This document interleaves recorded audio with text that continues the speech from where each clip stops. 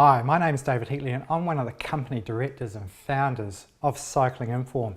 Now we're one of Australia's largest professional cycling coaching companies and we provide cycling training and coaching services to cyclists all over Australia and the world. Now I'm an accredited Cycling Australian cycling coach and I started riding seriously in 1980. Now here are some recent photos of me at the Three Peaks, the Nova Collie Gran Fondo and our Bright Bootcamp. Now I've been contracted by Bicycle Network to cover off some of the important things to consider while riding the Great Victorian Bike Ride this year. Now topics include pacing yourself, hydration, dealing with hills, country roads, riding in bunches and of course riding on unsealed roads. Now around 30% of the riders attending the Great Victorian Bike Ride are children.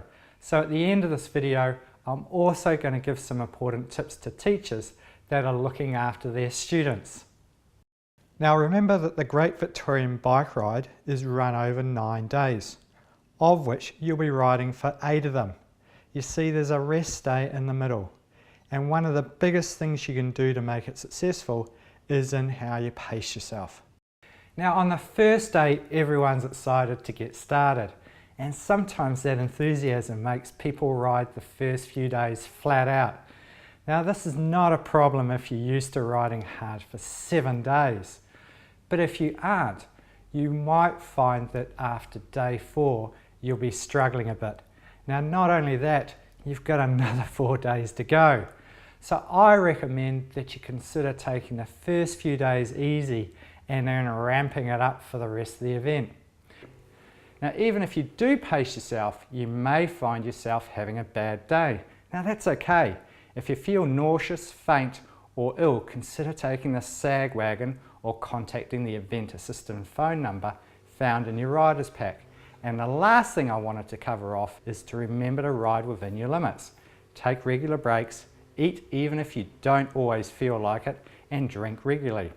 I'll be covering off food and hydration in the next topic. In the morning, make sure that you eat a good portion of low GI carbohydrate. Now remember, carbohydrates are the food that fuels our riding.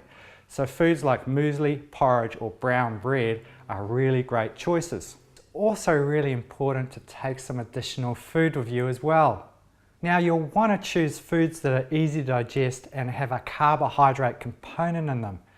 Bananas are excellent. Now if you prefer, you can also supplement some of this food with sports drinks. Now there's going to be plenty of drink stops along these rides, but it's important to start out in the morning with both your drink bottles full. Now if you want, you can put a sock around your bottles to keep them cool. Now it looks a little bit daggy, but you will drink more water when it's cool and refreshing. Now the amount of water you drink depends on your physiology. You only need to replace the water that you lose through perspiration and breathing. So on the cooler days, you'll be drinking less, while on the hotter days, you'll be drinking more. And if you're using food rather than sports drinks as your primary source of carbohydrate, then I would recommend that you stick with just water in your drink bottles.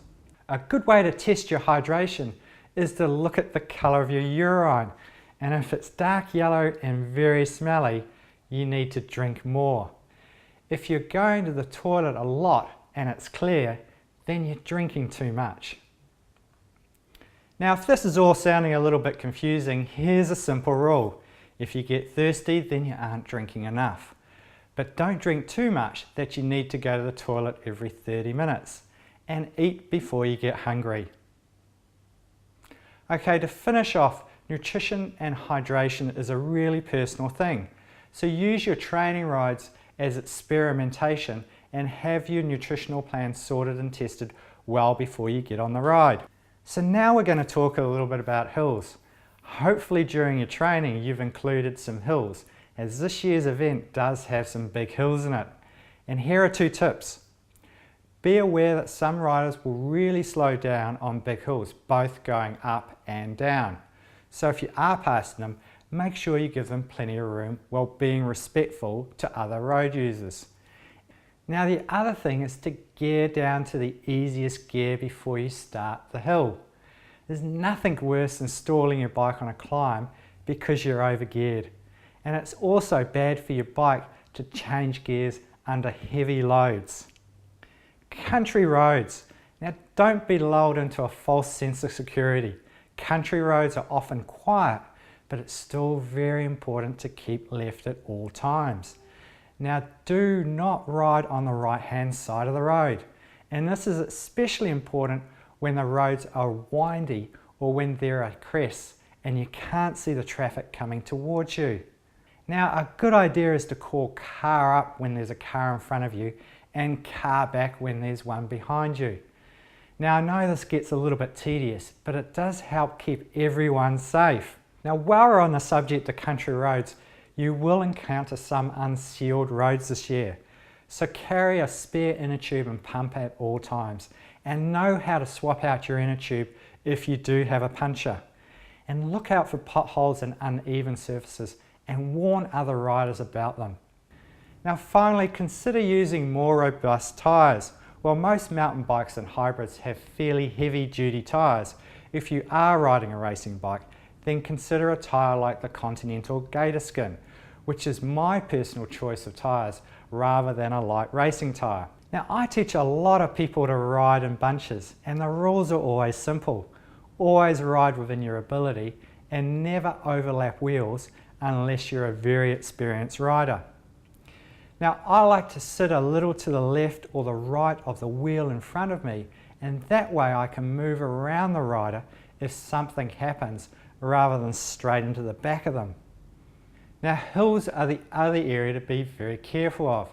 Now some cyclists will drop back a little when they stand up. Now the two other important things to remember is to look ahead in a bunch so that you can react to what's about to happen.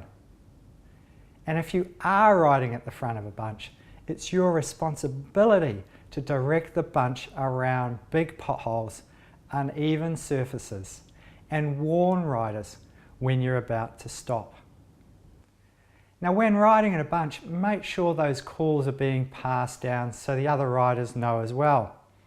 Along with the classic car back and car up, the two most common calls are stopping and slowing.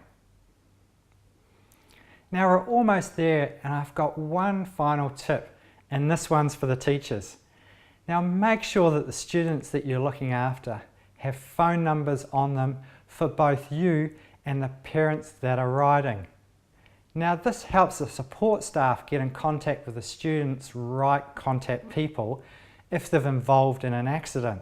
And this is not only a great tip for anybody riding this event, we call it the ICE number, or the in case of emergency number.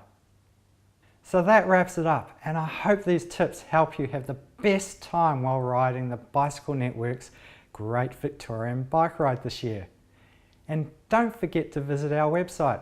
It has a heap of fantastic tips to help you with your riding.